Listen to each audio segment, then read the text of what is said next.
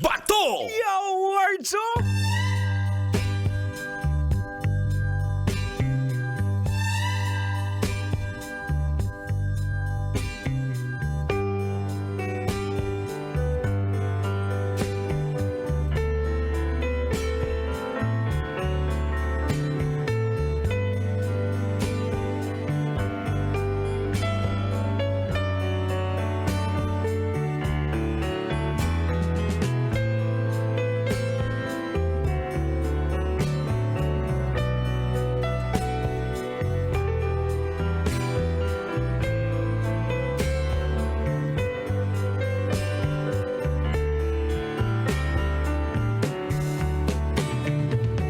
Mayang gabi bago sa mga angkol o mga auntie, tugutin na sad ko ninyo na mga inasad nagkatahuran nini mga oras ha.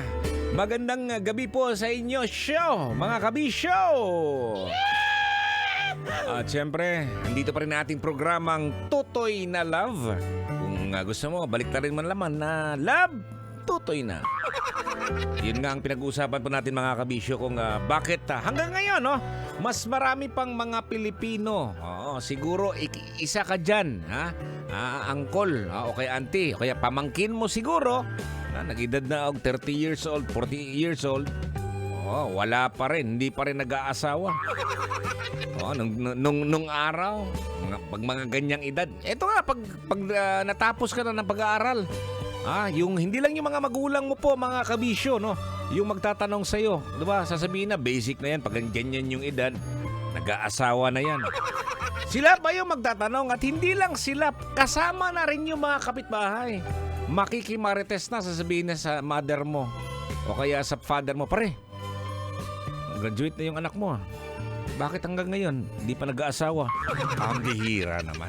Pero ngayon, it's not a big deal na, ha? Hindi na big deal po pagiging soltero, pagiging binata, pagiging dalaga, ulitawo, di ba? Pero nung araw, talagang big issue po yan mga kabisyo, no?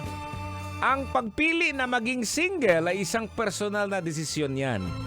At maaaring may iba't ibang dahilan ang bawat tao. So siguro ang mga dahilan yan mga kabisyo, eto, personal na kalayaan, di ba? Yawards. Mailan po na mas pinipili ang kalayaan, ha? At yung independence sa kanilang buhay kasi iniisip siguro nila na kapag wala silang asawa, ayan, malaya sila. Oo.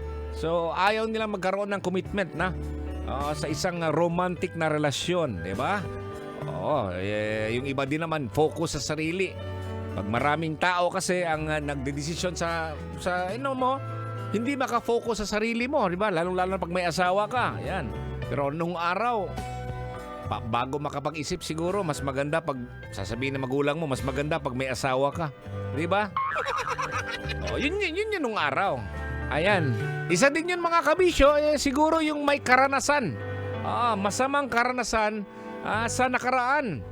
Siguro merong yung karanasan, yung iniwan ka ng jowa mo.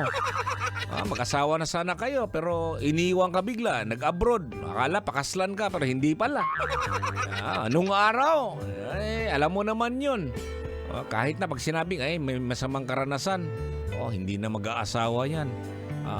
Magiging ulay na yan habang buhay. Yung walang bang asawa ba? Manimaho kag yuta na. Ayan po. At eto po mga kabisyo, no, may nagpadala sa atin sa ating page, no, sa Totoy Bato Official. Ayan. I-air natin to mga kabisyo. Voice message po niya to. No, maganda tong pakinggan po. Eto na po si Pau Caballero. Pau! Call, ako 30 years old na. Nung mga nakaraan hindi na ako naniniwala sa ganyan yung magpapakasal dahil nga ang hirap maghanap ng babaeng traditional ngayon sa panahon ngayon, sa henerasyon ngayon. Pero nung natagpuan ko na yung talagang traditional at dalagang Pilipina, hindi ko na pinakawalan, kaya ikakasal na ako, Call, next week. Uy! Shout out, Call. Shout out naman sa fiancé ko, Antoinette. Salamat, Col. Ayan, shout out sa iyo. Congratulations at isa ka na sa kasama namin dito. Kasama ka na sa may mga asawa. Awards, pero meron siya pinadala mga kabisyo, no? Mas klaro po tong isa, pero itong isa talagang yung kanina, no? Malakas yung radyo, pero ito mas klaro to mga kabisyo. Ito, tama yung sinabi niya. Ito. Angkol, magandang gabi. Mm. Para sa akin kaya siguro pinipili ng mga tao ngayon o mga mas nakakababata ngayon na huwag magpakasal. Mm. Kasi iba na yung panahon ngayon. Hindi katulad dati ang mga kabataan, ang mga kababaihan. Ngayon minsan easy to get.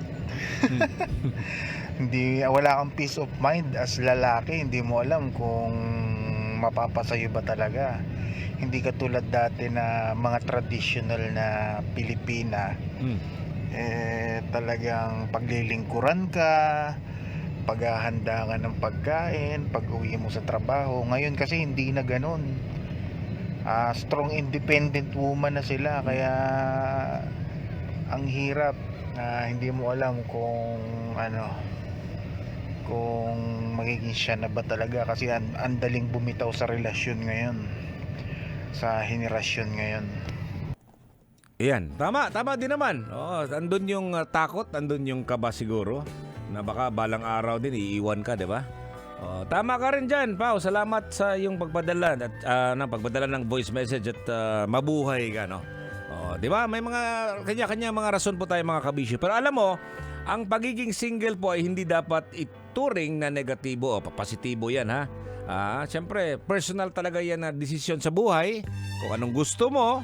May ilan dyan na gusto magiging single kasi ganito yung buhay. O yung iba din naman gusto may asawa. So nasa inyo po yan. No? Wala pong hindi maganda. Wala pong dyan. Nasa iyo po yan mga kabisyo.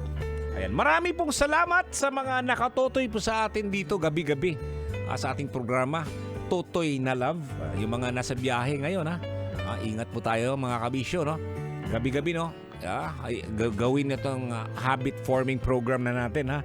Ang programa natin na Totoy na Love. Basic na yan pagdating na ng 9 p.m. hanggang 12 midnight.